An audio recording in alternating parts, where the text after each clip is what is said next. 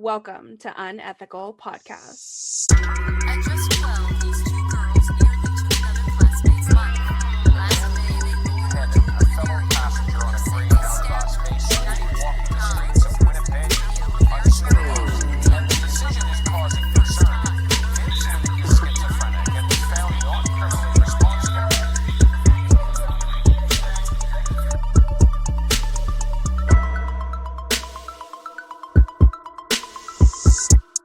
It was good. Okay, so I guess we'll just fucking, hey dudes and dudettes and unethicaltists. It's our first time actually sitting and recording in 2024. Doesn't matter that it's almost March.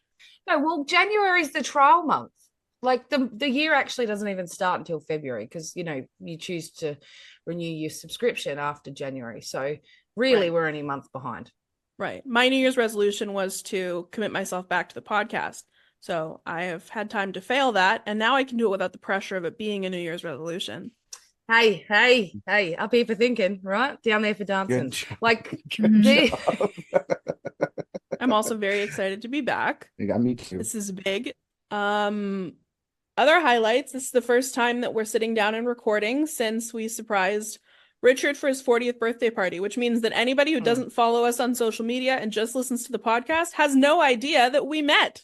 Yes, they came down and surprised the shit out of me, thanks to my wife and all the people who like to lie to me for my life. All the people in my life that like to lie to me, these ones included.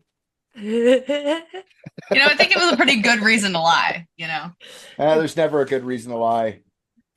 Yeah, there is. I'm just kidding. That was terrific. Technically, I didn't lie because I never said we weren't. I lied. Lying by omission is still lying. That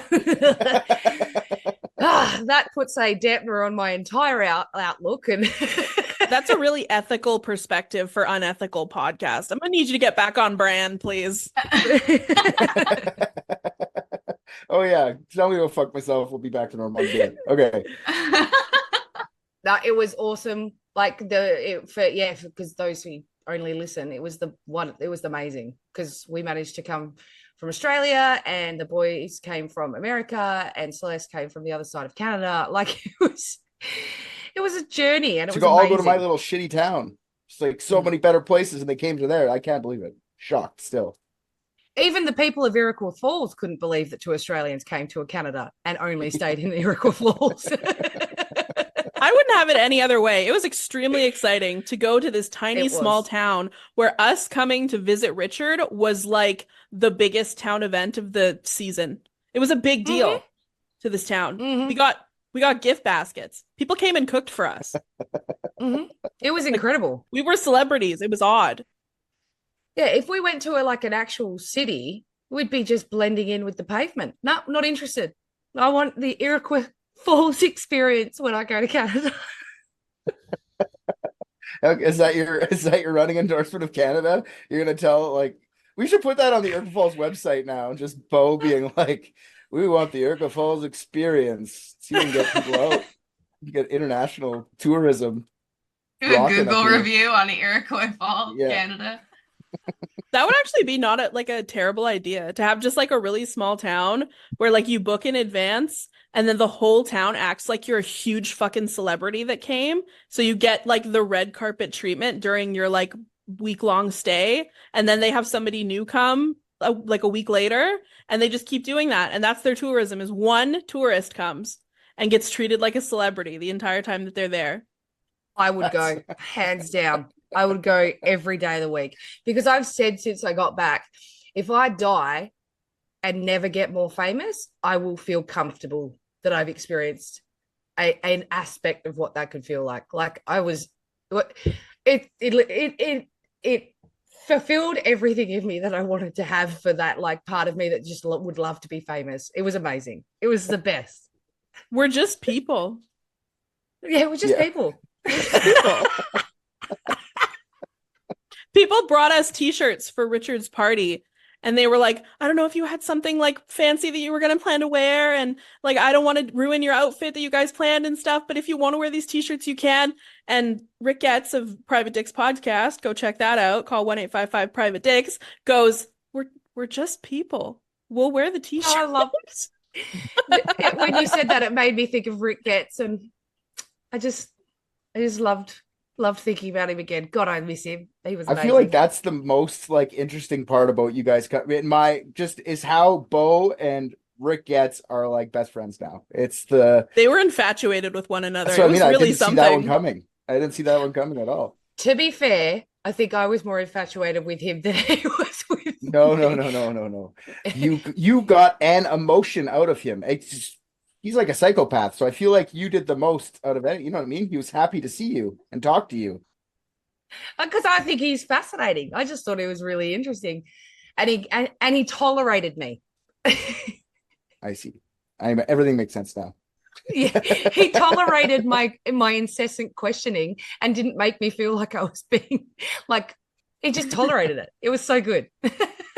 No, he was infatuated with you. He listened to the things that you said. He knows things about you now.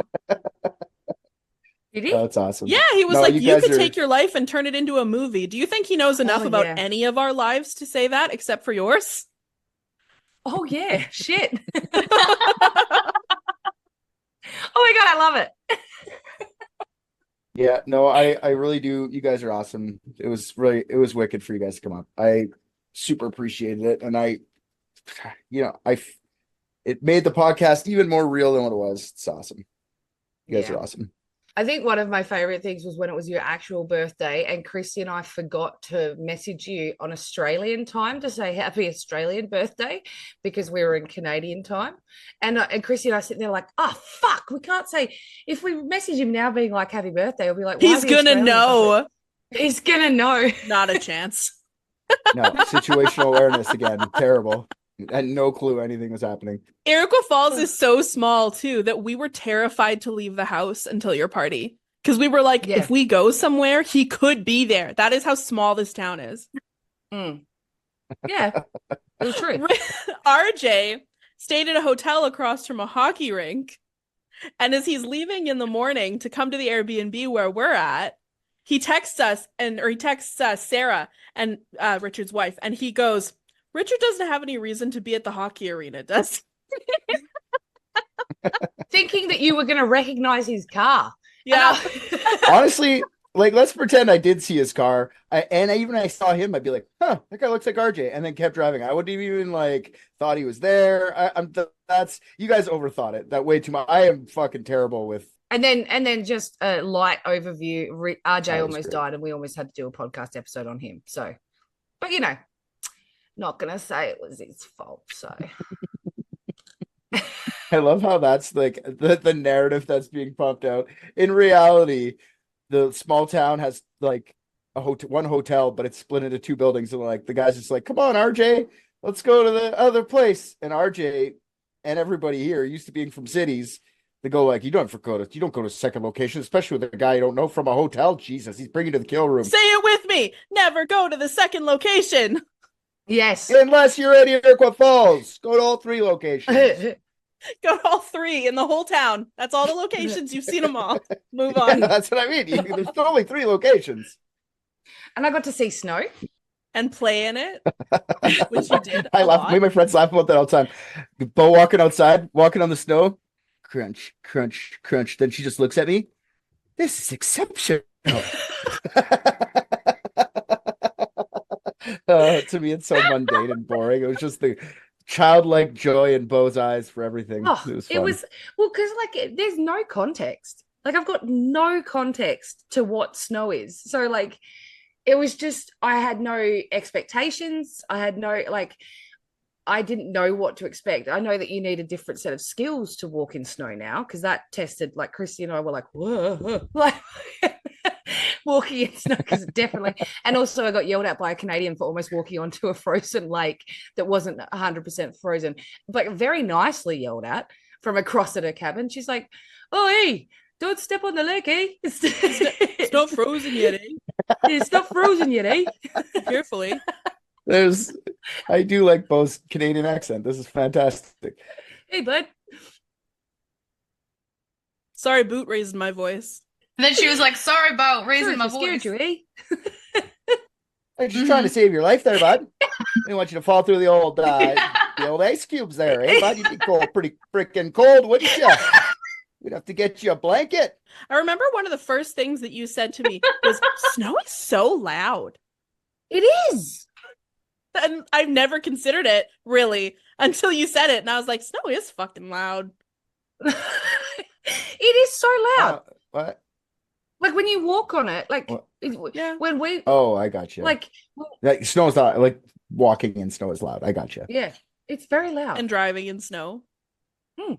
They're both loud. Yeah, I agree. It is loud, and I never thought about it before, but yep, highly disruptive. You were very cute with the snow, and it was my favorite thing ever, just watching you enjoy it. God, I loved it.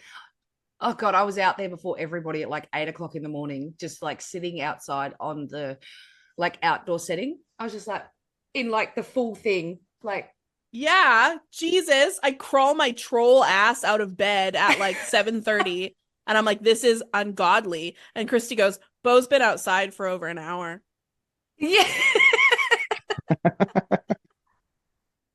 And I'm like, not fucking today. I'm gonna go have a shower.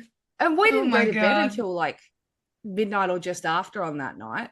And Mhm. you guys were like, there is no, you go, no, Getz was like, I'm an early riser. And I was like, me too. And he's like, there's no way you won't, like, you'll be out before me. And then he walks out and I've been out in the snow for an hour. I was calling everybody I knew and showing them. It was a really nice area too, though, because it was at that cabin on the bay, and you got No, to see no, a ton of snow. Paradise. Paradise on Yeah. the bay. That was It was paradise, paradise on on the the bay. bay. Where do you think you were? Yeah, it was gorgeous, and that was the best. I reckon that was the joke of the whole thing is when we were arguing whether it was a bay or not. Like you, me, and RJ Celeste, we were arguing over whether it was a bay or not, and then like getting yelly about it and having fun with it. And then Christy's saying nothing, and just RJ goes, "Oh, so we've agreed. We're on board with the paradise bit. We're just arguing about the bay bit." Yeah, there was a sign inside their Airbnb that said "Paradise by the Bay." just so On everyone the knows we're laughing, bay. because it's like That's what I Yeah. was yelling about, was standing next to the sign, pointing at it, going, "On the bay." And I'm like, it's not a bay, it's a lake. And then Getz is like, oh, so we're all good with the paradise bit. I was like, yeah, it's paradise. Look outside. Oh my God. I loved it, but I think that we should probably get started because you have to leave, Bo. Oh yeah, in about an hour and a half, maybe 2 hours. Shit. Okay, we definitely should get started then. This isn't going to be a long one, but I feel like it's very funny. So you're going to have some things to say. Actually, it is kind of long now that I'm looking at it. Fuck. well, we'll just start. We'll see how long it goes. Yeah, if y'all are cool with it, let's just jump in. Worst comes to worst, I'll just swap Chrissy in and no one will know the difference. Hell yeah. Except when she has no idea what's happened. That'd be great. She could pull it off. We managed to pull it off with her not even being here that one time, and she was still here. She just said like, and "What a prick." That's No gross. way. That's gross. I'm so cross. Crikey. I'm so cross. Yeah. I don't do a ton of historical ones, so this is fun for me. Yeah. I hope it's been enough time since Floyd love historical Collins that ones. people I'm aren't sick to excited. death of history. Oh my God. Okay, that's your whole statement? Cool. So, Well, yeah. Who cares? I'm just trying to remember who Floyd Collins is. the cave, the G spot in Crystal's Cave. Oh, yep, got it. Yeah, Yep. yeah. The episode where we just disseminated into our truest versions of ourselves and became children. You are more than welcome to do that It here. was This is wonderful. I loved it. this is just fun. I mean, people die obviously, but it's not like we're not talking about like a sad death of a human being in any kind of capacity, really. So just have fun with it. So today we're going to be talking about the hanging judge Roy Bean, the law west of the Pecos. Roy Bean. My name's Bean. You're gonna lean off the edge of the. I don't know. I thought there was a better joke there. Did he Try. get flicked? No, The bean didn't get flicked? no. Okay, just checking. Okay. The hanging judge Roy Bean was allegedly named at birth Fauntleroy Bean Jr. He was allegedly born in 1825, allegedly to parents Fantley Bean Sr. and Anna Gore, and raised on a farm in Kentucky. So of that Allegedly. entire statement, no, that is the only thing that is not alleged. Oh. So the truth is, nothing is really known for sure about his birth or his childhood, but that tends to be the narrative that is most often propagated. Tato! One moment. Get out. Oh, look at that cool chair. That is a cool chair. It's slowly rising too. It's kind of fun. Because I'm too fat. And it says the anus. Can you read that? It says the anus. It does. The anus. It's a French chair. It's a French bum chair. Yes, exactly. Okay. You'll find, in fact, that Badass Bean was so much a legend and a myth that the fiction spun by him or through the tales spread about him, it is so hard to untangle the truth from what was made up. Anyway, right here, right now, let's establish I've tried to be accurate. I haven't tried that hard. Not as hard as a podcast with more integrity might, but we're here to have fun. So, in the spirit of that fun, he may have actually been named Fauntleroy Bean. Fauntleroy. Yeah. So Even the better. big one, like the main one that you Right. find is Fauntleroy Bean, but he actually may have been named Fauntleroy, like Little Lord Fauntleroy. I don't get the. Yeah, I'm naming Sarah's pussy that. Fauntleroy? I'm going in. I'm coming in, Fauntleroy, for a nice little lick of the beans. I'm doing it. I don't hate it. Yes, it does. Sounds like a wealthy white woman's cat, you know? Like with long, white, fluffy hair. Like, That's yeah, a little Fauntleroy. I might have to change my porn name from the slot machine to Wow, this is Fauntleroy. really popular. People are really into the name Fauntleroy. It's very cool. Neato. I think it's making a comeback. It is. It kind of rolls off the tongue. It does until It's you also add the kind of word fancy. bean on It the sounds end. kind of sophisticated, you know? It sounds like a clown. Right. Yeah. Yeah. In the 1840s, though, like, to be clear, you're getting your ass beat for being named Fauntleroy, just so we're clear. Getting your bean bashed. Yeah. Oh, yeah. Okay. In That's Kentucky? different. That's different. That's what I'm going to do to Sarah's pussy. All right, moving on. Yes.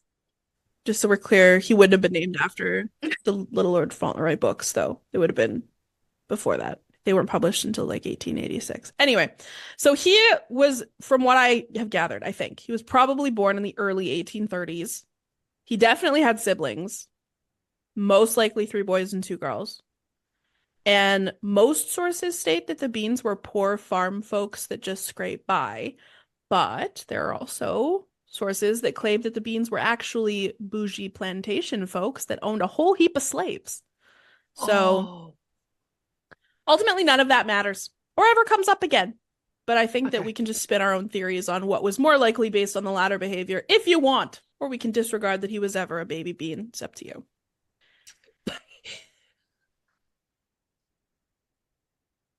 I definitely think it's more likely that 1840s Probably. small town Kentucky, they're probably struggling to get by. Most Beatrice Bean, his were little sister, at just that time in Kentucky. became a prostitute, I'm guessing. So, I don't actually know anything about the sisters. I know something about 2 brothers. I'm trying to think of how many names. Like, is there a brother named Baked? Baked bean. Refried? Fauntleroy and refried. Anyway, sorry. Celeste's face said that didn't land. Let's keep going. swing and a miss, move on.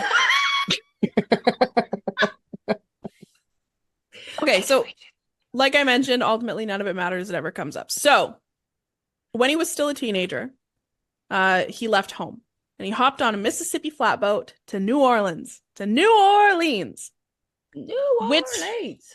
In 1840s was like a heaps Orleans. of a land of opportunity. It was the 3rd wealthiest city in the entire US of A. Not especially for someone named Fauntleroy. He could hang out with Remy and LeBeau, like all of the ones that have those kind of Francois names back then. Mhm. Like he'd be less picked on. Yeah, Yeah. Right. very, very But big he's not French introducing himself influence as in Fauntleroy. New Orleans. Oh no. No, just Roy. He's Roy. Just I would have went Bean. with Fonty, but that's Roy. just me. He's No, Roy he Bean. should have changed it to soy. Idiot. No. Just Celeste's face, she's done. No puns? Got it. All right. As you were. Thank you. Sometimes I do. think you're I find you more hilarious, though. hilarious when you're not trying to be funny, actually. Like the pig thing. love that's puns. Really funny. Whoa! Like, I'm not trying. I just was about to move straight past that. See, like that, when it takes a long time to land that I've insulted you, funny. Very funny. No, I am committed to dad jokes are my favorite thing. I know, baby. And I don't blame you. The land of opportunity. A young man with potential could easily have found his fortune here. All we really know for sure is that Roy did not find his fortune here. He allegedly later told stories that he spent some time slave driving for some big shot when he was in New Orleans. And then there were other stories that were just that he was just a fucking hooligan. So no one really knows, but after New Orleans, he moved south of the border around 1848 with one of his brothers. Oh, actually, so I know about 3 of his brothers, and I can't remember which brother this was, unfortunately. Percival Bean. Percy. I'm just trying to think of a fancy name for the Bean kids. Fauntleroy's pretty fancy. Percival's fancy. Yep. Okay, Percy Bean. Him and Percy established a little trading post in the town of Chihuahua, Mexico. Story goes that a local man and Bean got into a bit of a dust-up at a local public house. And afterwards, said local was spouting off shit about how he was going to kill himself a gringo, which got back to Roy. And the next time their paths crossed, Roy was a shooting to kill. So this was his first confirmed murder that I know of, though it would not at all be unbelievable that he left behind a corpse or two back in New Orleans or even Kentucky. He got into a fight with a native Mexican in Mexico. Yeah. And then the Mexican said that he was going to kill himself a gringo, or the... Well, a gringo's a white guy. Yeah, that's what it... So it was the Mexican, and so then he just assumed... That guy was going around spouting shit about how he was going to kill a gringo, but obviously everyone knew it was Roy. Right. Okay. Because then I was like, then he was ready to shoot to kill. So he was just preemptively expecting a Mexican to jump out of the bushes and try and shoot him. Yeah. Gotcha. All right. Cool. He was trying to avoid death. I'm gonna refry a bean. Anyways. I kill you, friole. Friole. Okay, so Richard can do puns, but I can't. Cool. Just checking. What did he do? What was the pun that Richard did? Refry. Angus is like, I'm too close to the border for these jokes.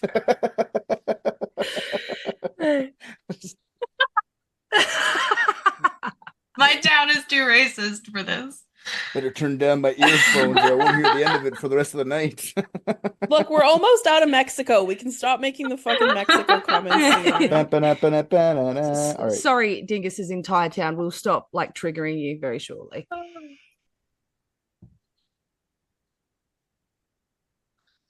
Oh no, the sad part is they'll be like, yeah, you know, that's the problem. Oh, really? That's the issue. Well, we're not on that level. They're like, My send it God. back. No, not at all. Anyway, no, definitely not. I killed that vibe. I'm so sorry. So the boys were then chased out of town, Fauntleroy and Percy. They were chased out of town, and they ended up back north in San Diego, where their brother Joshua lived. So Joshua Bean, he got up to some shenanigans in San Diego on his own right. He went from operating a saloon to being the first mayor of San Diego. Isn't that fun?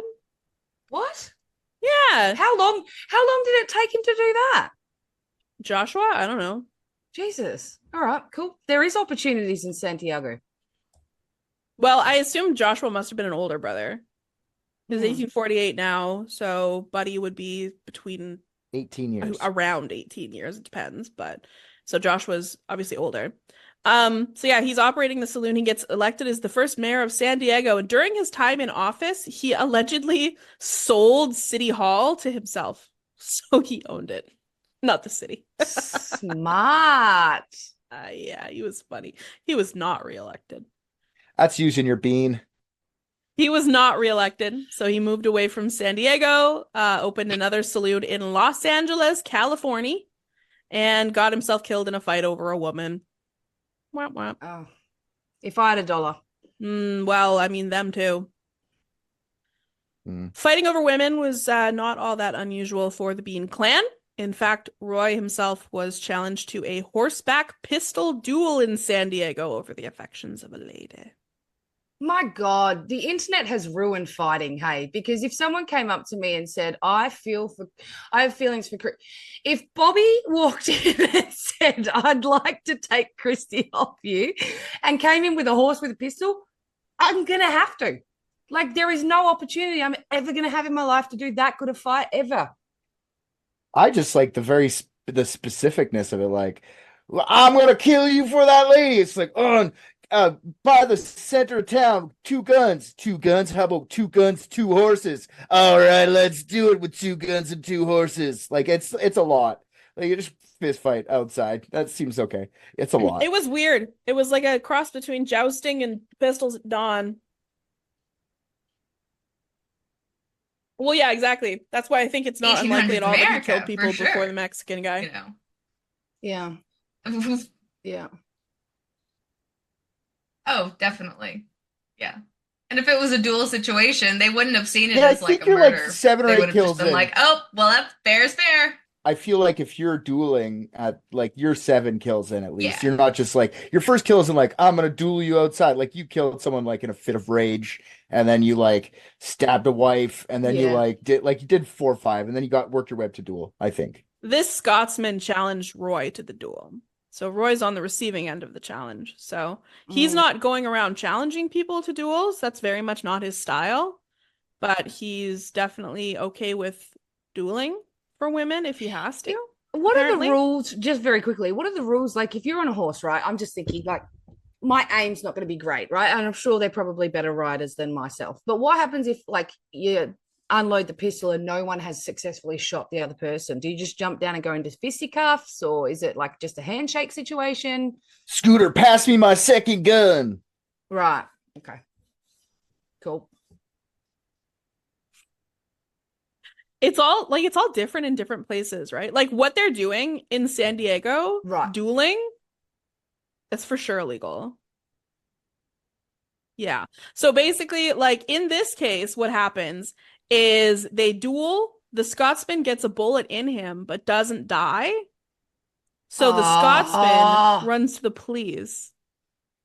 And then Roy gets charged with attempted murder. But because the Scotsman didn't die to give Roy time to flee, that's the only reason that they know that this goes to trial, right? Classic Scottish people, all cowards. So the duel Rats. rules are basically if you kill me or I will narc on you.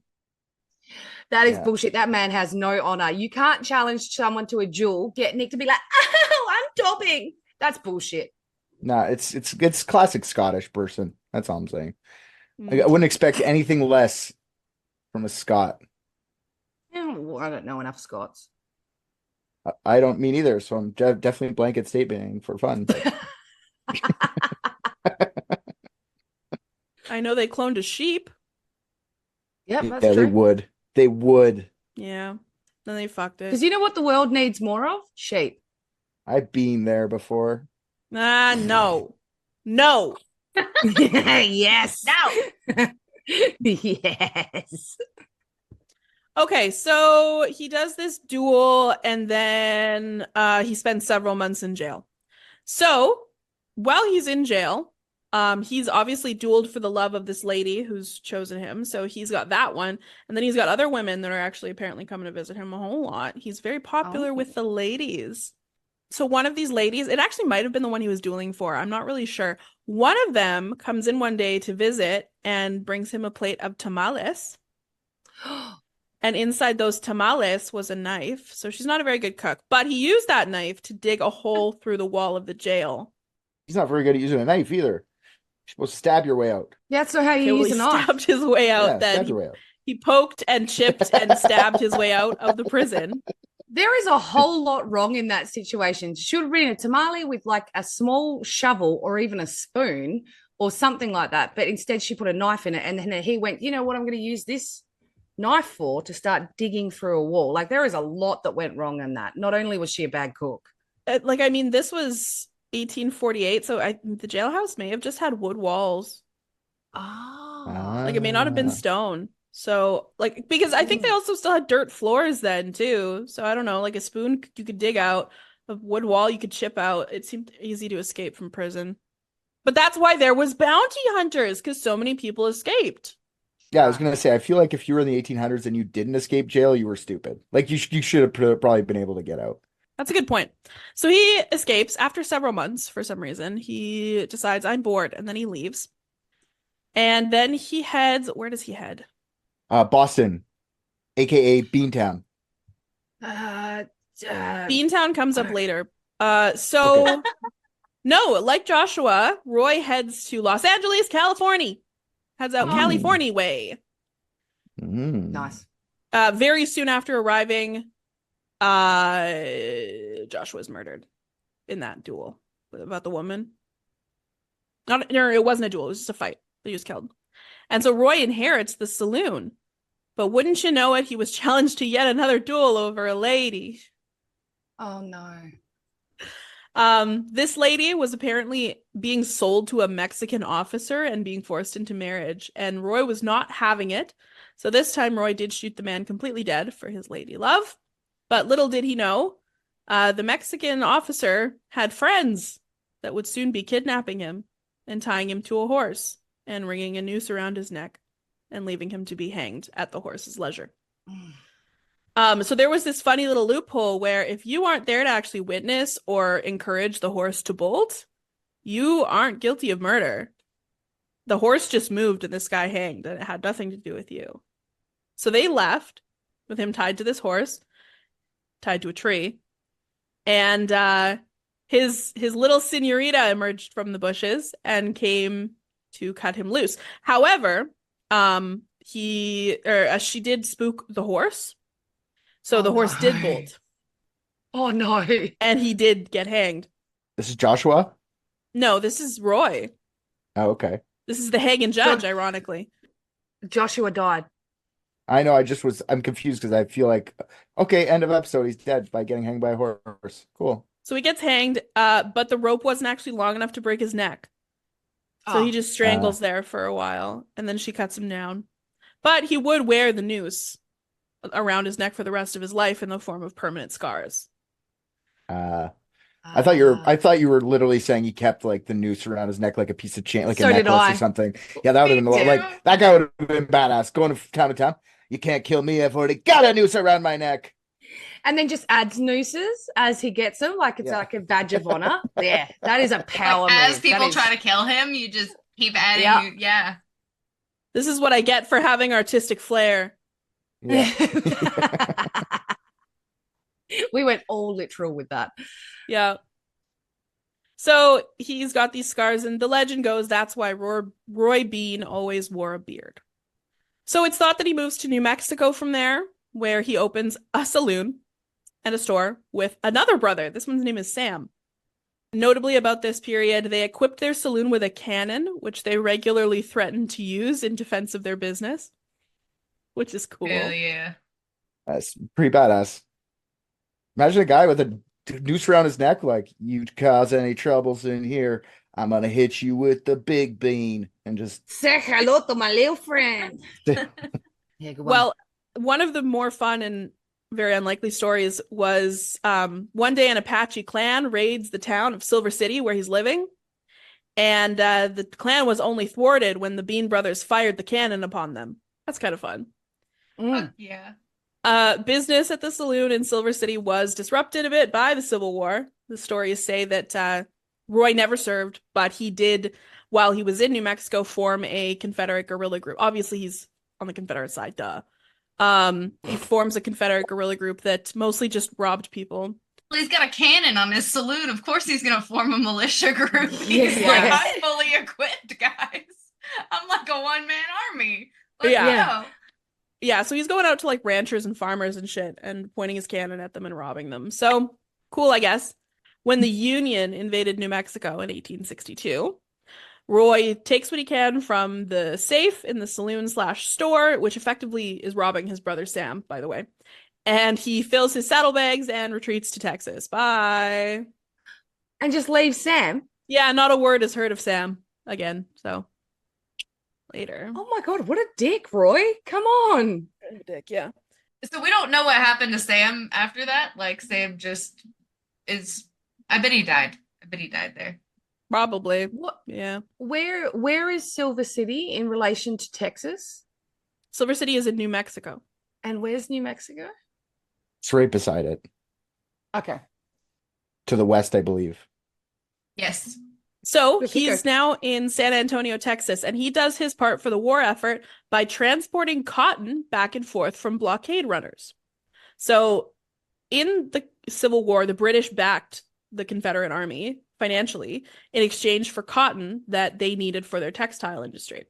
So the Union sets up blockades so that they can't exchange the goods between the Confederates and the British. Blockade runners were British ships that would evade blockades with ships that would dock in Matamoros, Mexico.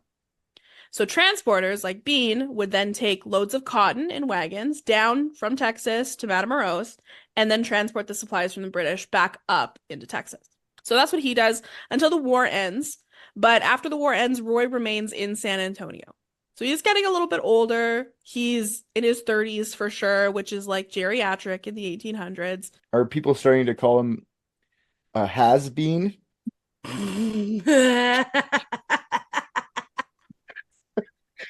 Mm. Sorry, continue.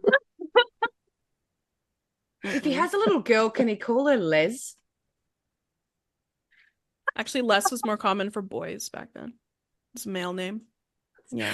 I just love Celeste's complete, like, I could just see her soul leave her body when Well, I'm those like, we're puns- gonna have fun with this. It's gonna be super funny, and but everything is a bean pun. It's not fun. It's not fun it's at all. so much fun. But like, yeah, it's not the fun you intended, but the fun you're getting. Not Yeah. fun at all. I'm having a great time. I'm not having I'm fun. having the best time. My cheeks hurt. I fucking love puns so much. Whew. I'm sorry. I promise I only do have like 4 or 5 left to me. Okay, let's go. I can't promise that, but I'll try and be situationally aware. Okay, so he spent a lot of his years fleeing states on horseback, and I think that he's looking for a little bit of stability in his life. That was supposed to be funny, but it's not going to land because of all the bean puns. Oh. Sorry. Do you think when he left town, he was like, been there, done that? Somebody else already made that joke. I'm sorry. Okay. Too many puns. I'll stop. So he decides he's going to take the first step towards settling down, and he decides he's finally met the right gal. He's going to get married. Her name is Virginia Chavez. Did he have to duel over this one? No, I don't think so. Okay.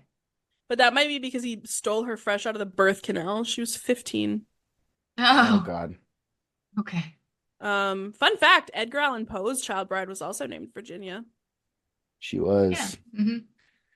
She was his cousin too. We just have to he wrote The Raven.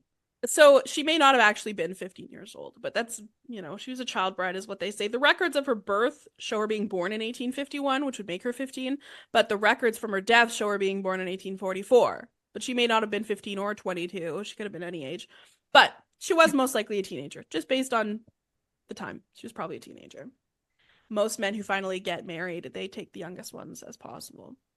It's a longer return on investment. The 19-year-old spinsters, those are just for sex. You don't marry those. Okay, one quick thing about Roy, which I think is important, not that it necessarily means anything, is that based on his marriage with Virginia, like he doesn't seem to really respect women, and he seems like a dirtbag with regards to women. out of none of his saloons did he ever run whores. I don't know what Hmm. that says about what he thinks about women, but I just think that is interesting. Was it normal, like for saloons? I don't have context for that. To Was have it normal whores, for yes, always.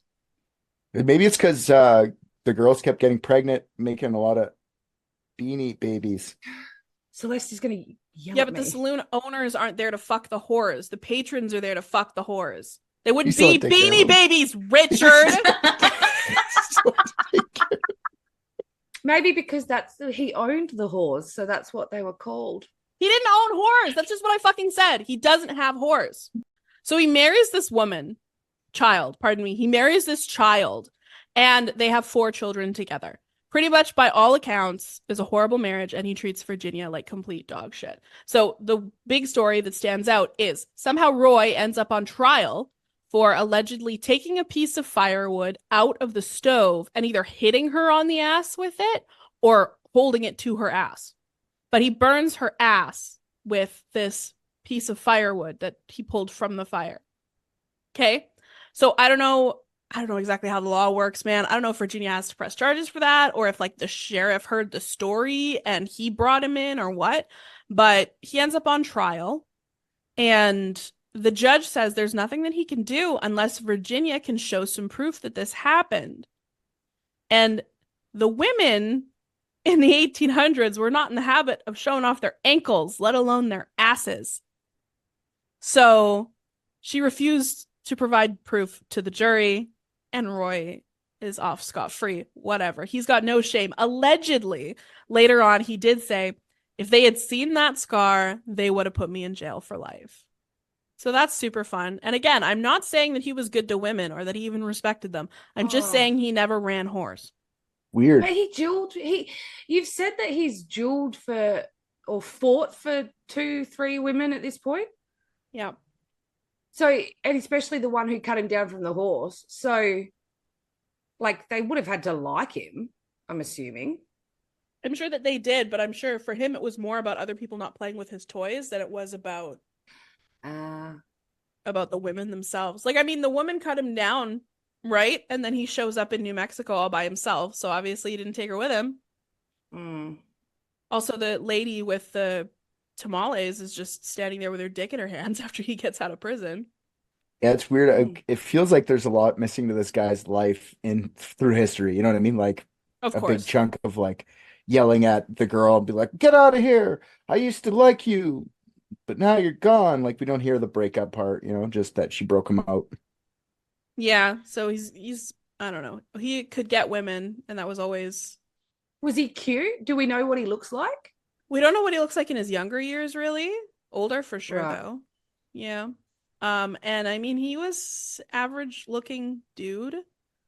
He didn't look like sunken in or with fucked up teeth or anything like that. So, I mean, he probably would have been handsome for the time.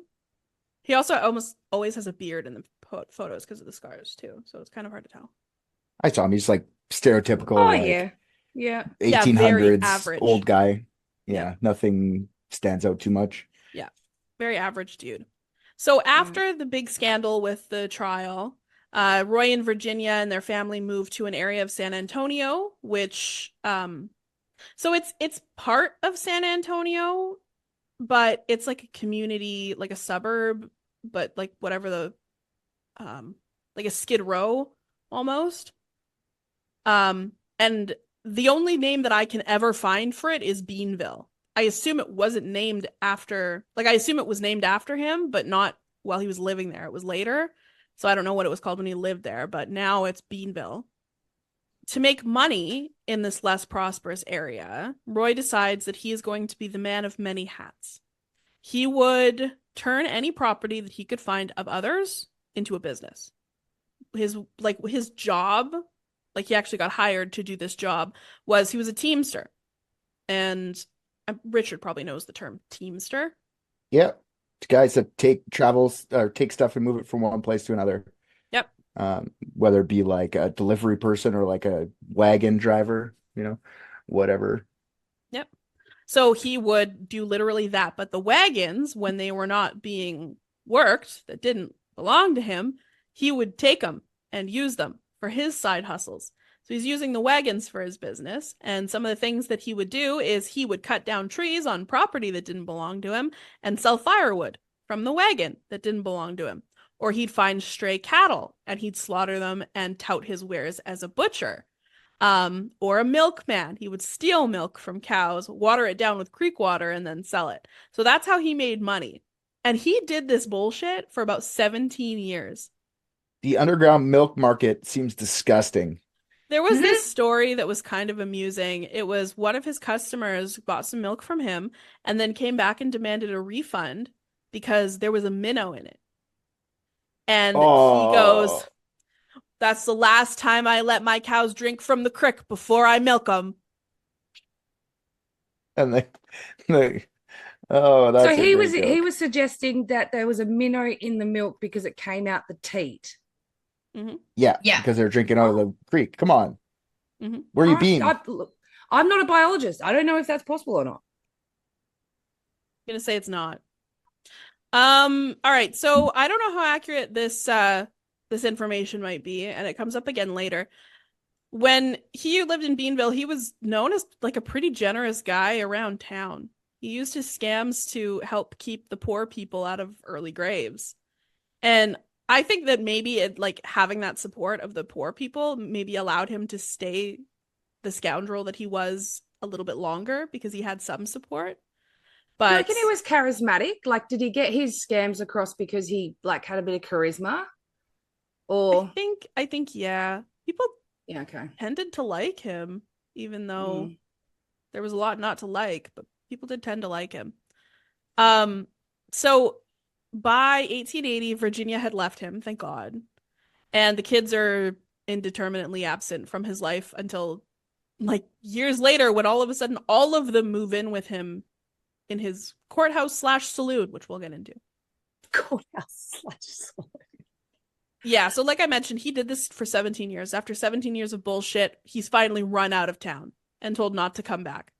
That's a long time he was able to get away. Like, if you can imagine the amount of complaints he would have gotten, that like you've got to be a wordsmith to be able to like talk your way out of 17 years of fucking with people's milk and having fish in them. Yeah, like I said, I think it's because he had the support of the poor people because he did use some of that money to help them. I think that might be the only reason it was allowed to continue because he had like to be run out of town. It's not a mob thing, right? Like the towns had like founding fathers, and those founding fathers were the ones that made decisions about shit. So they had to consider how doing that would affect their approval. And they must have thought enough people liked him and wanted him around that it would affect their approval if they run him out of town. But eventually they're like, fucking get out. So he's run out of town, and his new stomping grounds are the desolate expanses of West Tejas. So he's in the Wild West, buddy. Yeehaw. Yeehaw, Camrad. He's been living that life this whole time. Like no matter where he was, he's been living like Wild West. And that was just the time. He was the Wild West. Yeah. But yeah, I mean, at the time, like, not a whole lot out that way, except for railroads. So Bean kind of follows the money and the railroads, and he finds a wild railroad camp by the name of Vinegaroon. I feel like there's a bean salad coming up, but anyways, moving on. There's a Vinegaroon, and we're going to Vinegaroon. Me and my beanie babies, we're going to Vinegaroon. Vinegaroon's a terrible name for a city. Does Vinegaroon still exist? Did we look that up? No, because it's not a city or a town. Oh, okay. It's a railroad camp. Like any sort of camp, once the workers move on, it's just torn down. Doesn't exist anymore. Just a piece of history. Bye. So Vinegaroon, so that I can curb stomp all over your pun, it's actually the name of a scorpion. That was what it was based on. It's a type of scorpion in Texas. So in this camp, the workers lived hard, real hard, and boy, were they thirsty. So Bean opens him up a crappy little tent saloon, and the money rolled on in. He made a lot of money. I bet. So whether or not the conditions were better before the saloon, who the hell knows? But eventually the Texas Rangers had to be stationed near Vinegaroon because the workers were actually impeding the progress of the railroad. Because now they're all fucking wasted. Yeah. Exactly. And that's fucking with money. So they're Yeah. they're in trouble now. So they station the Texas Rangers there, but the nearest jailhouse is over 120 miles away. So they gotta haul these people all the way to the jailhouse. And they're out of their league in the Wild West. The Texas Rangers they don't belong there. So their solution is to appoint a lawman to the area who would live there and keep the peace by whatever wits that they had about them. And that man, the newly appointed Justice of Peace, was Mr. Roy Bean. The owner of the Vinegaroon Saloon. Do your research. Like, do a reference check. Also, the Vinegaroon scorpions are terrifying. Yeah, they are, eh? Yeah, they're terrifying looking scorpions. Yeah, not good. So, I mean, I don't think he was more or less qualified than anybody in that area to be the lawman. You know what I mean? So they just kind of picked the guy that was running a successful business. So he probably had enough wits about him to do something. I have no idea. Or influence. I don't know.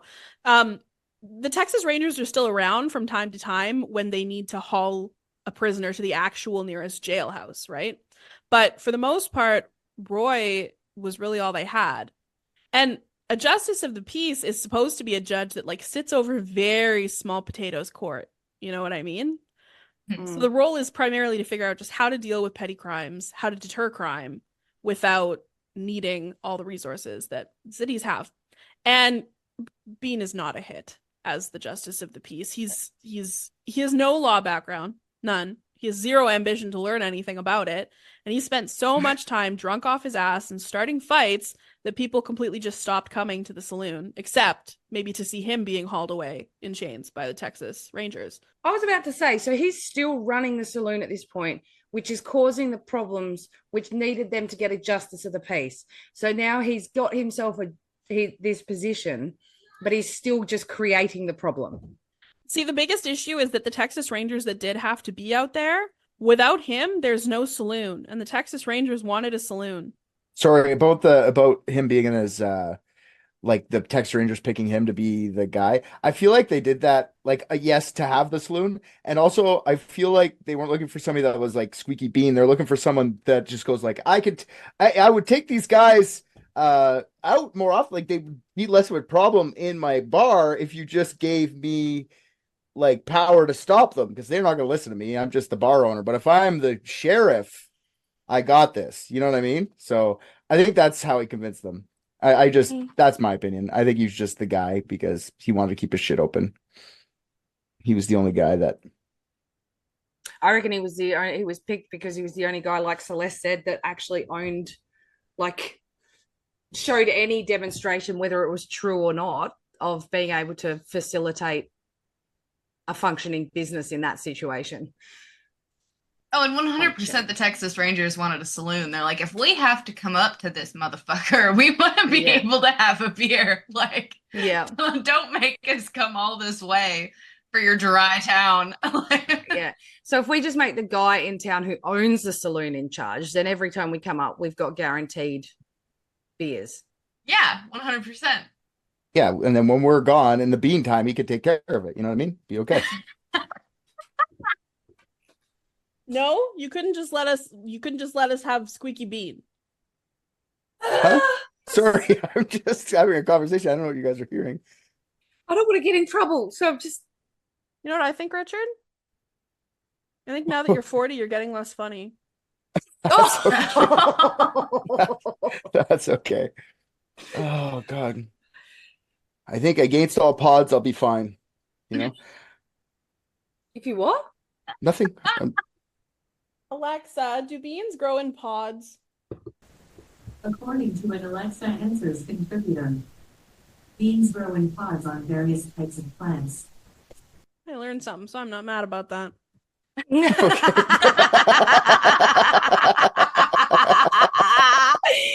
Oh, that was brilliant, Celeste. Oh. Okay, so right, so he's getting hauled away by the Texas Rangers. Eventually, I'm sure it wasn't really all that long, but eventually the railroad near the camp gets completed and the workers move on. And in the blink of an eye, Vinegaroon is a ghost town and the money is dried up. Oh. So Roy moves shop to an area on the Rio Grande called Dead Man's Canyon, settling in a community once called Eagle's Nest, but later renamed Langtree. I love these names. I wish there'd be Eagle's Nest, Wyoming now. That's a wicked name for a town. There probably is. They're just all out in the sticks. Yeah. So Roy moves shop into right. So he moves to the Dead Man's Canyon. He settles in the community, which was once called Eagle's Nest. It's now called Langtree. So the railroads at the time they're running steam engines, right? So they're required to make several stops along pretty much any journey to take on more water for the steam. So while the train is doing this, people would get off the train and boy, were they thirsty. And one such stopping point for the train, for the railroad, is right there in Langtree. So Roy sees the dollar signs. He built himself his little bitty saloon, and he calls it the Jersey Lily, which, funnily enough, is named after an actress called Lily Langtree. Oh, wow. That's clever. Yeah, well, it is clever. It's creepy, actually. So she's, like I said, is this English stage actress, and in his words, she is a very pretty critter. That's creepy for sure. A pretty critter. I was listening to this podcast about Judge Roy Bean, and I'm going to cite him at the end because honestly, he had great information and it was one of the best resources that I found. But he made this comment that he knows it sounds gross, but in the South, it can potentially be deemed a term of endearment to call somebody a critter. And in fact, it is in fact a compliment when somebody says, "Would you look at the shitter on that critter?" It means that pretty lady has a nice ass. Yeah, this is exceptional. It's just like snow. That is also becoming a heavy part of my vernacular. Check out the shitter on that critter. It sounds worse in Australian, actually. As soon as I said it, I regretted it. That's awesome. Yeah, I did. Because we don't do the hard R, I think it really sounds a lot more like, yeah, you know what, I might actually have to avoid that one. But I think it's exceptional. You guys say it. Put it into your vernacular is what she's trying to tell us. Yeah. Dingus, this is on you. I hand this one over to you, mate. She was nodding the entire time. I feel like this might have already been in there. She's like the amount of times. Shit. They say some weird shit down here in the South, man. Yeah, see, you're not shocked. See, Dingus is like the amount of times I've been told that I have a critter with a sexy shitter, mate. Oh it did sound worse in Australian though. Like I didn't think that was possible. I thought that like rednecks were the pinnacle of that sounding bad. Right until I heard an Australian accent, then I was like, oh no. Oh no. Yeah. Oh man. So I mean that was funny, and so he says that she's a pretty critter, which is creepy, but the point is he's infatuated with her to a creepy level. So that's why he calls it the Jersey Lily. I feel like men now say creepier things than that. Like I think I'd rather be called a pretty critter than, you know, be catcalled at her. I feel like at the time that was very forward, saying that about a woman. That was very forward. Not in the West, though. I Definitely. feel like the West was like very, I don't know how to say it, but like crude compared to civilized society. I feel like they talk to women like that. They talk to. I don't think so. Mm-hmm. I don't think so. I think language had a lot more power back then, and it was like you still didn't talk like that. Like no, like people weren't just like saying fuck and stuff openly. It definitely depended on who you were riding with at the time. You know, you weren't like allowed to around women. That was like a thing. You were not allowed to talk like that around women. So well, Roy's running with a pretty rough crowd. You know, like Roy's living a rough life. He's probably around criminals and that sort of thing because he is one. He's been to court several times. You know, he's running with people like him. So I imagine it's more like boys' locker room talk, and they're talking like Trump, and they're like, grab her by the pussy. You know, but in like 1840s talk, which is like, look up the shitter on that critter. You know? See, it doesn't sound as bad coming out of your mouth compared to when I said it.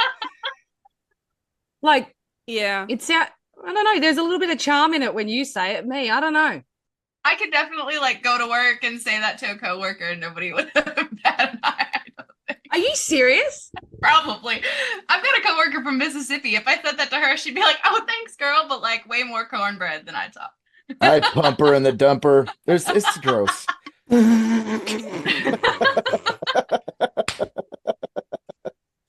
So this English stage actress, she travels a lot as part of her work, and she ended up in the United States at some point. She finds her way into Roy's fantasies. Now, unfortunately for Roy, just to know a little bit about Lily Langtry, she's very into royalty and like noblemen and otherwise elite men. Oh. She'd been linked to a lot of them in her lifetime. She was definitely married to a nobleman. She was married to like a duke or something. But she was like very much a sex idol of the time. Oh, so she's like the Marilyn Monroe of the 1800s. Yeah, and there's no shortage of photos of her. You can look her up. There are a lot of photos of her. Now, again, she's one of those ones that I think a lot of people would say is not very attractive, but is a big statement on sex appeal at the time. I think she's definitely a beautiful lady, but do I think that she is a sex idol? I don't know. Yeah, beauty Well, if she standards showed her change so ankles at the much. time, then that's all it would take. That's true. Yeah, look, she's A little got bit her, of shoulder in here. Yeah. This beauty Oh, I standards get- shift with women, especially over time, because if you look at like Miss America from like 1925, that's not Miss America from 2025. You know what I mean? That's not the same look, but Oh, I just kind of differences. agree with you, Celeste. Like, she looks very masculine. Like, she's got That a very is masculine not the face. first time I have heard that exact statement in listening to resources on this describe her exactly like that. She has a masculine face.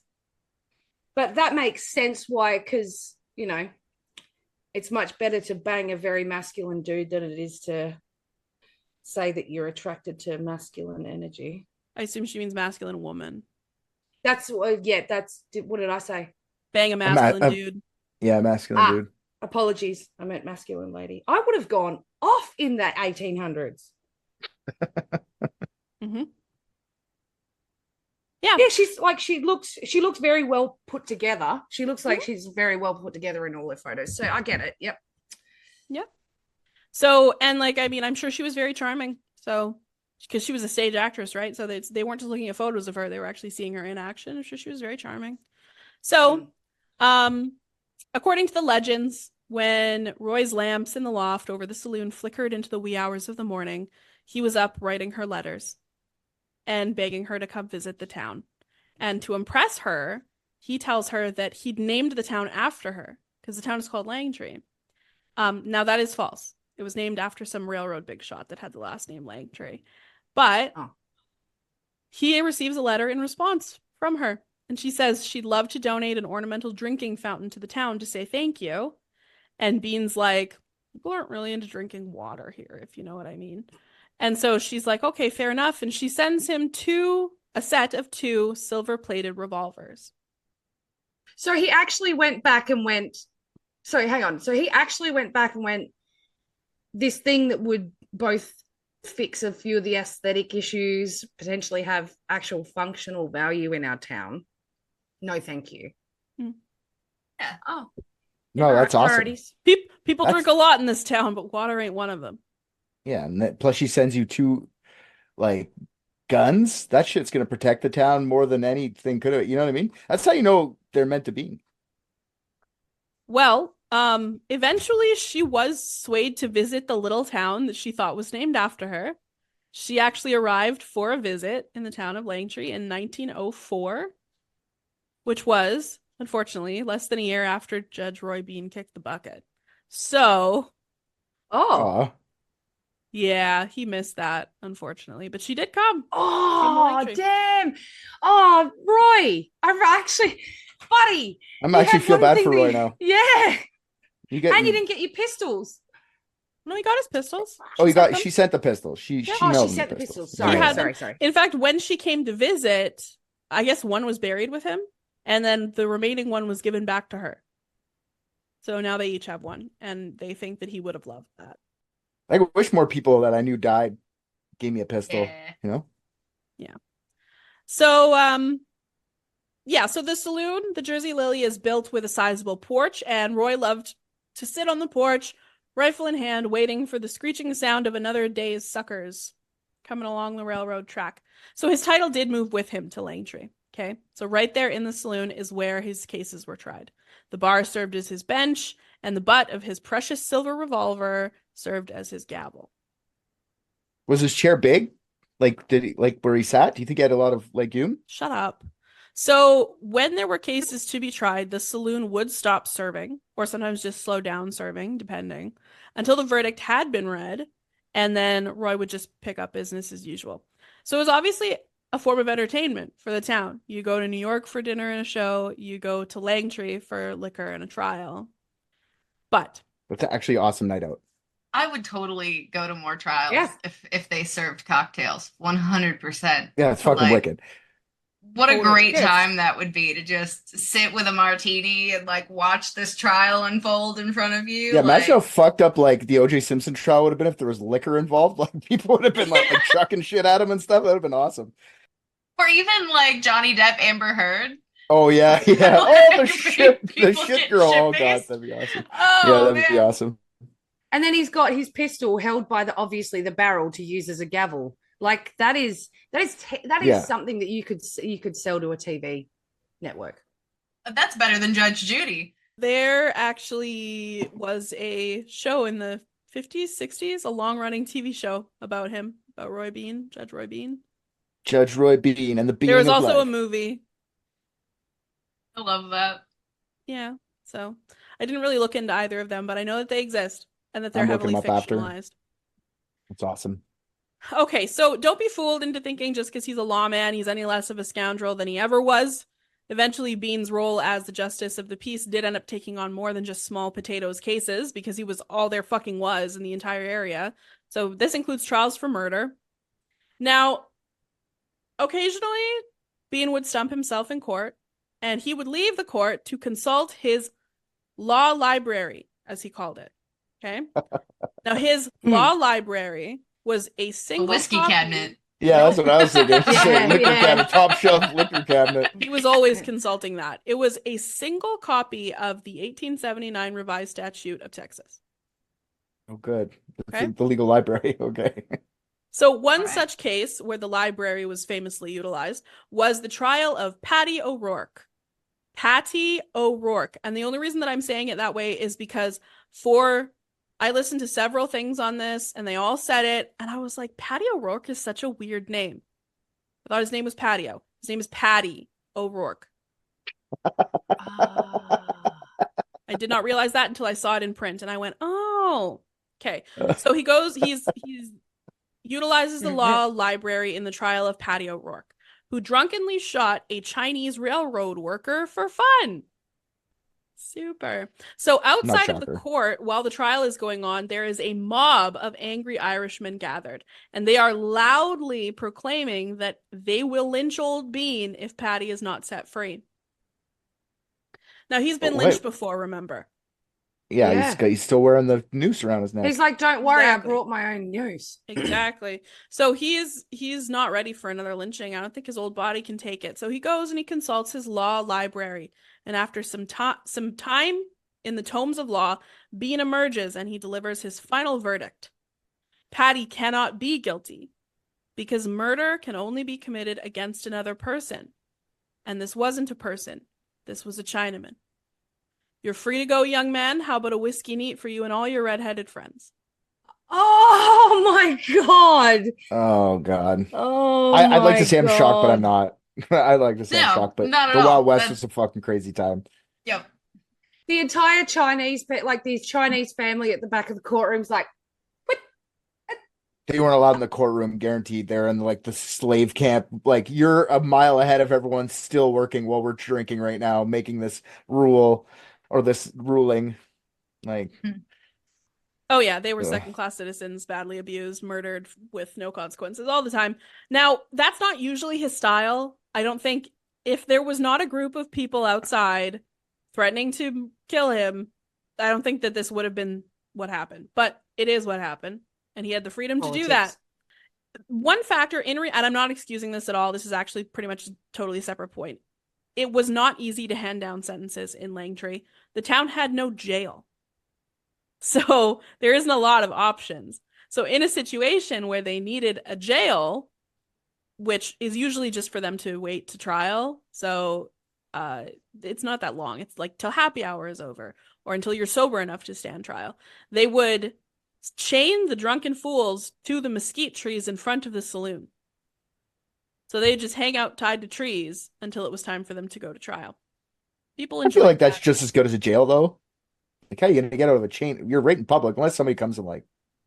I feel that's Yeah, just the good as whole a jail. town's watching you. Well, exactly. People were coming in and out constantly. So everybody's watching and this is prison is outside, I guess. It's an interesting system and it worked. On the rare occasion, Bean would hand down hard labor as a sentence, particularly if there was something in the town that did need to be done. And most often he would do it if the accused couldn't afford a fine, which was Bean's favorite sentence, because any fines collected by the court ended up in his pocket for another day's hard work. Yeah, of course. Right. So Bean really comes across like a greedy fucking snake, right? Which is true, I think, in a lot of ways. But like in Langtree, he also did the same thing where he advocated for the poor. Like there were people that were lining up and saying he provided medicine for me when I was sick. He provided blankets for me when I was cold. He provided food to me when I was hungry. So he's doing these things, and why? Who knows? Is he a nice guy? Probably not. No, it's smart. Like, go for the horde, right? Go for Making the allies. mass. Yeah. Yeah. So there's I'm gonna get to that later, but there's another example I'll tell you that kind of also brings attention to this whole weird the thing where one part of it kind of undermines the other part of it. Okay, so in his saloon, he would charge people for their drinks. This is like a very common practice for him. And one of the things that really makes him seem like a greedy snake, he charges people for their drinks, okay? And then he stalls on returning the change until the train is ready to get underway. At which point, the hope is just that they leave, they run for the train, they leave their change behind. Cha-ching. If they don't, he waits for the men to get angry or belligerent and demand their change back, at which point he charges them for contempt of court, whether or not court was in session, and he hands them a fine for conveniently the amount of change that he hasn't given them. That's amazing. That's like literally taking the law in your own hands. It's amazing. Yeah, I mean, he is the law.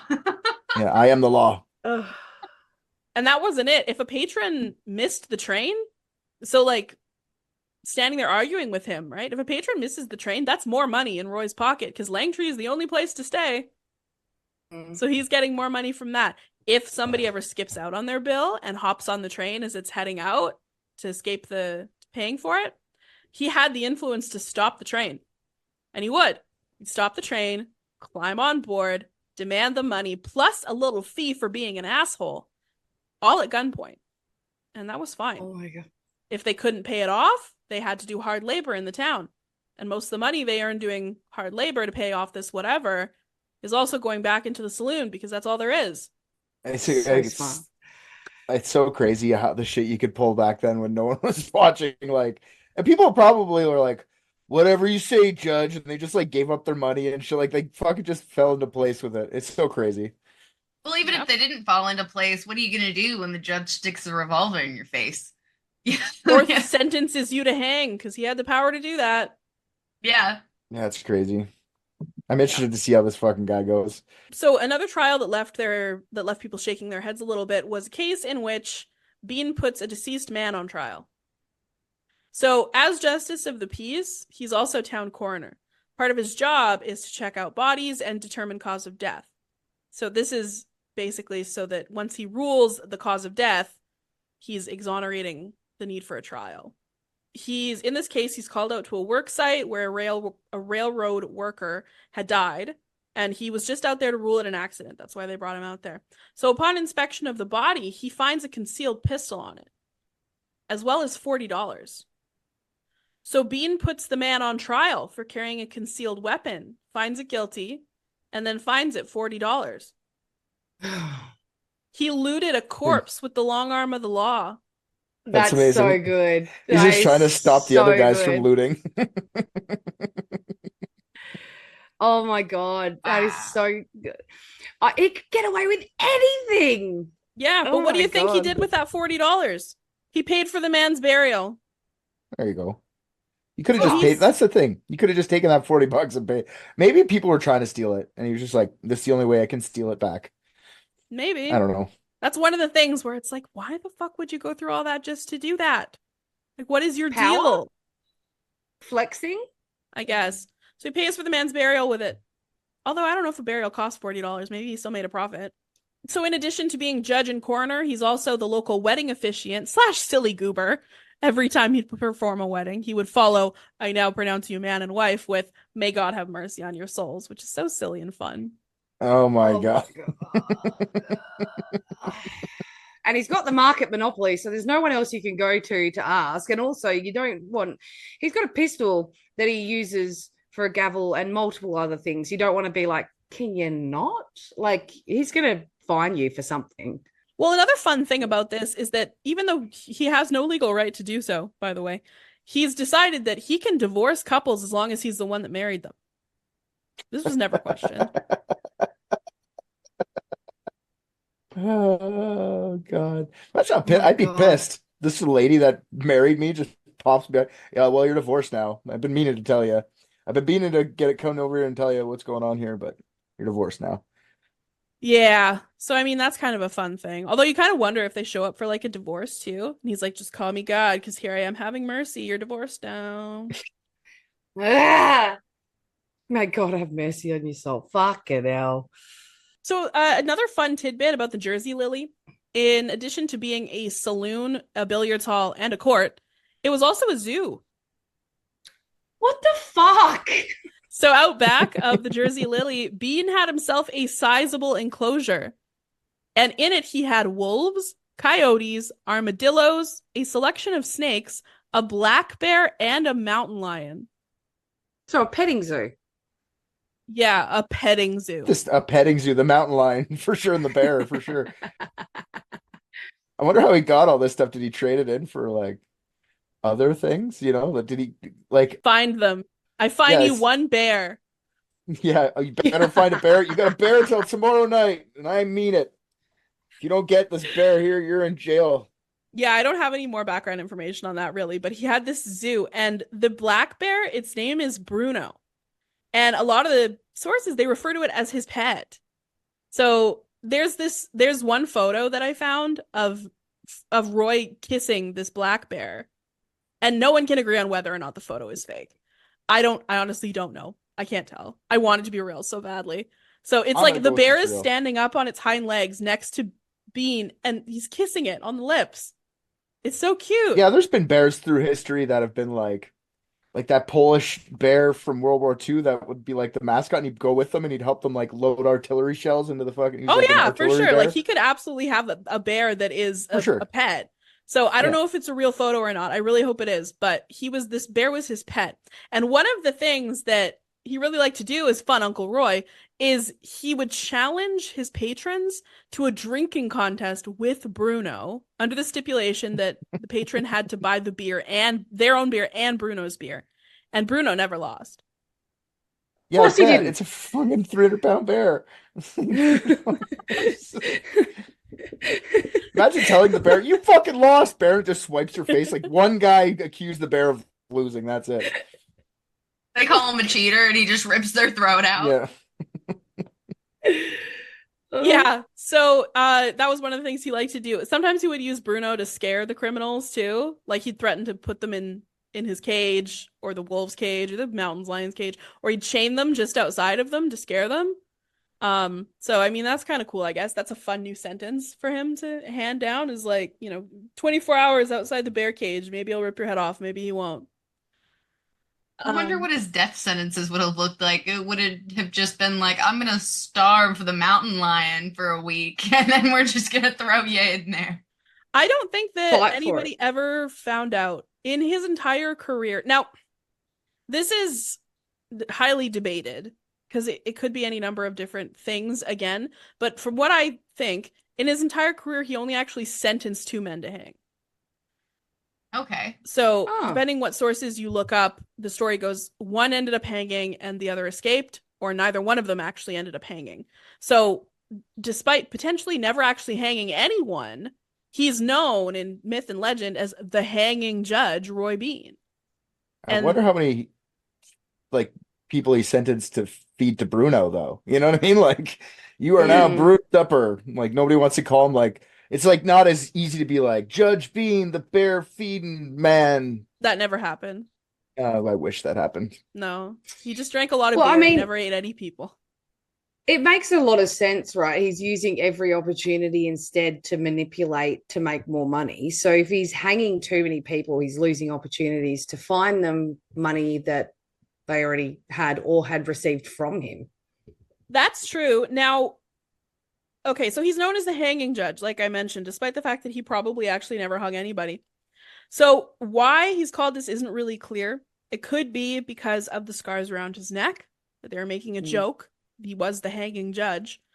It could be because he was being confused with one of the other notorious judges in Texas who were hanging judges. Or it could be because one of the ways that Bean kept his authority and deterred criminals was he would stage hangings to make it seem like he was hanging people left, right, and center. So just for the reputation. Yes, and so this had the benefit of scaring people and also bringing in a crowd to watch a good hanging who would then disperse to his saloon for an afternoon of billiards and debauchery. This guy's so like a weird juxtaposition. Like I love him so much, but he killed people, so I don't really like him. But I think this is all hilarious. But the Everybody misuse of the killed law. people back then. I feel like that has nothing to do with your actual character. Yeah. I don't know if everybody Yeah, they killed were just people. killing each other left and right for sure. In the West for sure, like in the Wild West for sure. But I don't really like. I don't think in the cities people are just killing people for no reason. Well, I mean, if we think about the people that he's killed, it was a guy that challenged him to a duel, a Mexican that was going around telling everybody that he was going to kill him, and that's it, That's actually. it so far, yeah. That's all the people he's killed. So, I mean, I don't feel bad about either of those. That's fair. So when you say staged hangings, do you mean like he got a corpse? So basically what he would do is he would get somebody, a criminal usually, and what he would do is they would set it up for him to be hanged. And there was no tree big enough in Langtree to hang somebody from. They didn't have gallows, obviously. So they would take a railroad car, tie a rope to the roof of it, and they would basically set them up to be hanged inside the railroad car because it was the only thing high enough. And so they would set it up for him to be hanged, and then somebody would be in the railroad car, and they would basically close the door of the railroad car so that he could be hanged in private with dignity or whatever. And so they would hear the sound of banging around and shit in there and all that stuff. So, and they got to watch him piss his pants on the way in. But then once they're actually in, the person who's hiding in the railroad car would come out and he would be like, okay, so here's what's going to happen.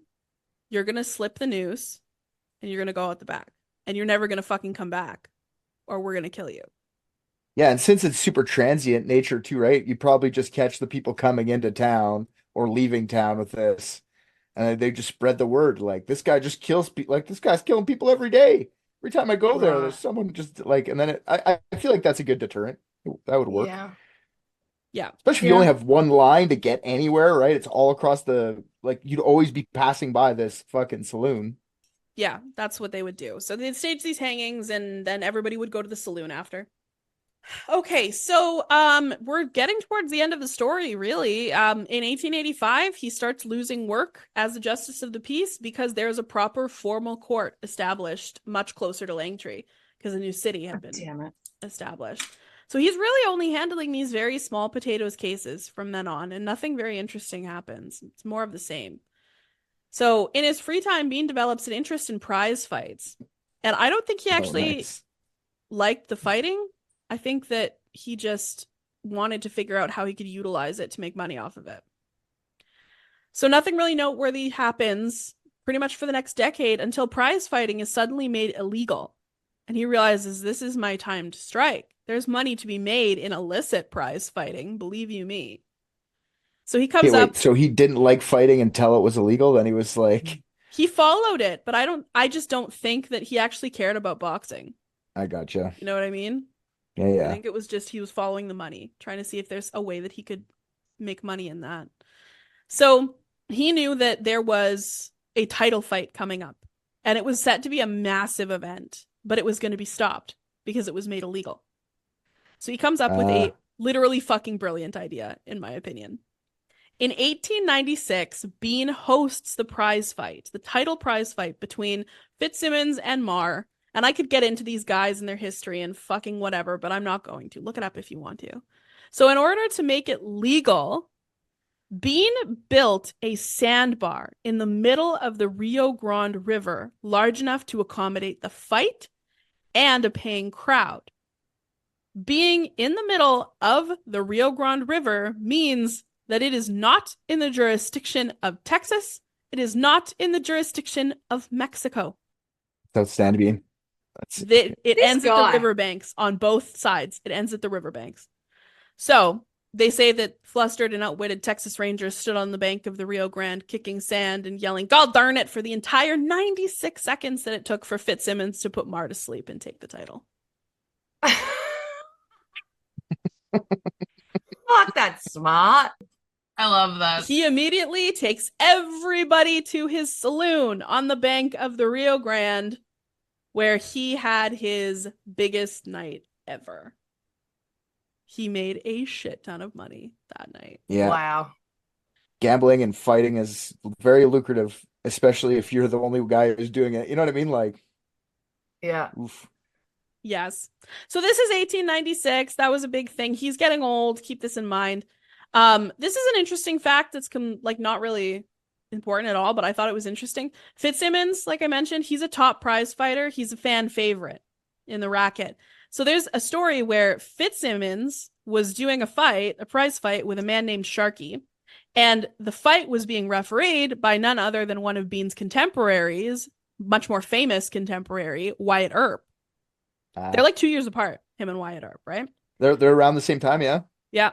So obviously he's highly influential in his town. He's also the law, same sort of thing. A big difference between Wyatt Earp and Roy Bean is that Wyatt Earp did run horse. That was a big thing that he did. Basically, during the fight, Sharkey goes down and Fitzsimmons hits him again. That's a foul. Wyatt Earp calls a foul. And the people were fucking pissed. This was one of their favorites. How dare Wyatt Earp call a foul on Fitzsimmons? Does he not know who Fitzsimmons is? So Earp feels the repercussions of this from the public in the following weeks. Now, it's not a lot. It doesn't last that long. He's still the character that he is throughout history. But what's funny is he is this serious man of the law character that has all this integrity and blah, blah, blah, blah. But there are a lot of these existing articles and cartoons that are very humorous and satirist and mocking of Wyatt Earp at the time as a result of this fight that are very funny pieces of history. Yeah, Wyatt Earp is a super interesting character himself. He had the same kind of, you're right, same kind of arc. He's kind of an outlaw at the same time. It's interesting that they cross paths. I didn't know that they were at the same time. It was That's very awesome. interesting. They were contemporaries. I don't know if they ever met. All I know is that through Fitzsimmons, they met directly. Not, you know what I mean? They both met Fitzsimmons. So that was kind of interesting. But it was also, it's just kind of funny. People take, back then especially, I think because there was no Netflix, people took these sporting events extremely fucking seriously. Not that they don't still do that. Way less entertainment. But back then it was even worse. This was the only fun thing they were going to get to do this year that didn't have syphilis. Yeah, Or the good old fashioned hanging. Yeah, I was about to say, or a noose. So anyway, some of those articles and cartoons are actually quite funny that I never saw because all the things that I read on Wyatt Earp were about how, with the history that he made and changed and did. A lot more tuberculosis. No tuberculosis at all in the Roy Bean story. Not a one. None. Yeah, I was going to say, where's the consumption, buddy? Because Doc Holliday was Wyatt Earp's buddy, and he just suffered with the consumption his entire life. Not a mention of tuberculosis anywhere in any of these stories. I had thought for sure Virginia had died of it, but apparently she left. They were allowed to do that, I guess. He lentil her.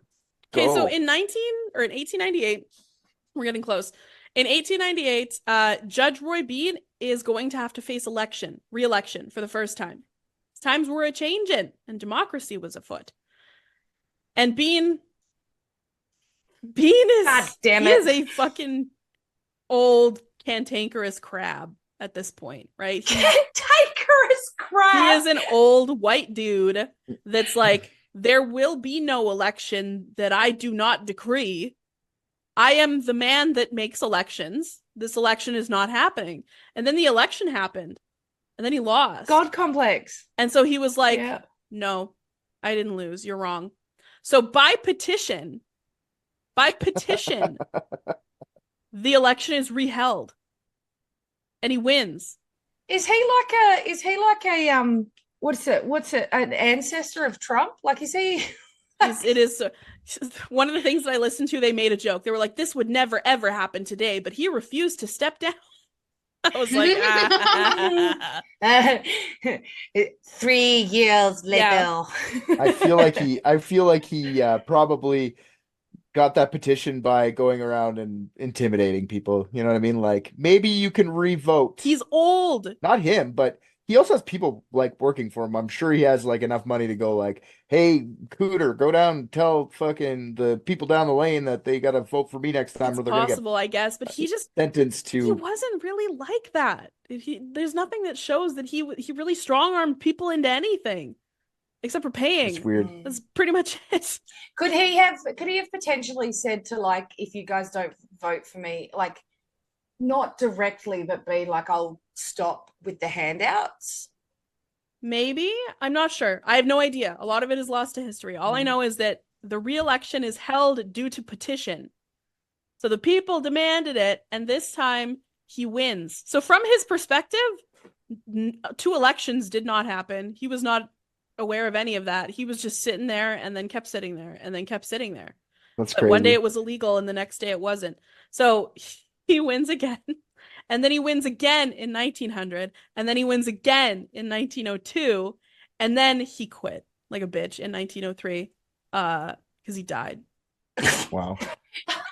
He quit That's like fair. a bitch because he died. When do his kids come back? Like, I was waiting for the. Those are the 2 times his kids ever come up. He had them. They moved into the salon. They are never mentioned in any other capacity. So none of them became a judge? No idea. Like him? Weird. He figured they'd like father, like son. Shut up. Okay, so he dies in 1903 in the walls of his precious Jersey Lily. By all accounts, it was a peaceful death, no suffering. We don't know exactly how old he was. Like I mentioned, he was between 70 and 80. So he lived for the time a really good life. A really good Oh, 70 or 80 back then? Yeah. Wow. He lived a really good life and apparently died peacefully. He had it made in so many ways. But so like I mentioned, in 1904, the year after, less than a year after, Lily Langtry visits the small town. And in her autobiography, she summed her experience up by saying, quote, "It was a short visit, but an unforgettable one." That's it? That's it. Why? That's the end. Because like I said, everybody told her the tales that hadn't made it to her, I guess, in the UK probably. They told her the tales of Roy Bean and the town and the Jersey Lily and what he did with the pistols. They gifted her the remaining pistol and explained why it would have meant a lot to him. So what was the town name again? Like by Langtry. Like, Langtry. Langtry. Like how many human beings lived in Langtry by the end? Like, was it a big city? You know, or? you're sacrificing your own integrity by trying to annoy me because you look like you are coming across right now as somebody who's not funny. You're belittling yourself by trying to annoy me. I love it. I think your puns are fantastic and I appreciate them. And I appreciate that Celeste isn't reacting because it makes it just like part of the thing and it's fantastic. I'm legit though. Like, how big was that city? It was small town. It's just awesome that he's had his own little fiefdom. Like, he had his own little kingdom in the But it middle of wasn't for nowhere that on the train long. track. Really, It's like, still- it seems like it it's- was a long time, but he only had it for a short little while. And it was like he goes directly from being like the guy that steals everything from everybody in order to make a living to having like all the power in the free world. Still stealing everything from everyone to make a living. The thing on the other side of it, right? Like, because there's no, like, he's not going around murdering people. He's not going around making people's lives particular, like, because he's giving back to the poor and stuff like that. Like, he's obviously well liked enough that, you know, it's almost like it was working and then the laws came in which meant that he had to be reelected and stuff. And he was like, well, fucking no. Because the other thing is when the election happened, without further context, like, did the election happen from the bigger ups and then they just were trying to get what they wanted? And he was like, well, fucking no, and went round to his town and be like, you guys come and actually reelect me because I'm not a cunt like these politicians. He probably did do a lot of convincing that like this other dude is going to come in and he's going to flip your whole life upside down. Like your way of life is going to change forever. And people were probably like, oh no, we don't want that. We just want things to stay the same. Sorry. No. It's not. No? No. It's funnier that he didn't know he lost. He didn't know the town took up the petition, and he didn't know that he was reelected. It's funnier that he sat the entire time in his saloon, didn't know anything was going on, and then finally emerged, and everyone was like, dude, you missed everything. Where you been? Where you been, Richard? She did it. She did that. I noticed it. Yeah.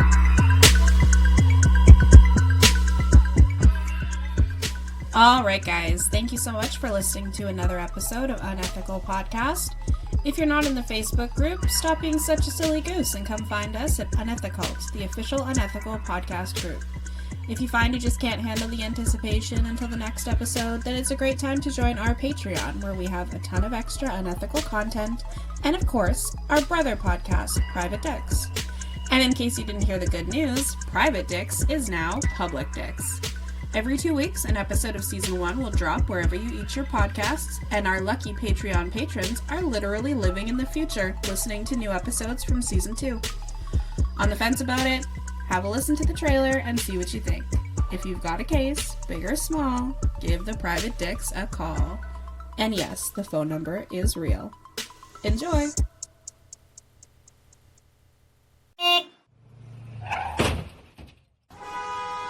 Have you got a mystery that needs solving? Where is Amelia Earhart? We know. Who the hell was DB Cooper? Ah, easy. Bermuda Triangle? Probably solve that one next. Here at Private Dicks, we guarantee a mystery solved every episode. That's with a capital G. Every second Friday, the Private Dicks take a client, record their session, and solve the world's greatest mysteries. One by one. Private Dicks solve them, no problem.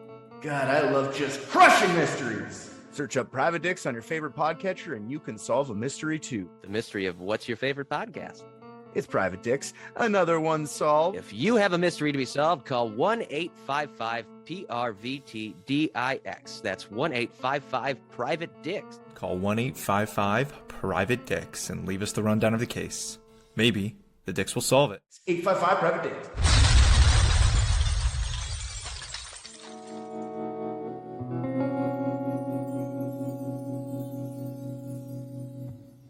Because I'm straight when it comes to humans, but fucking gay from old people.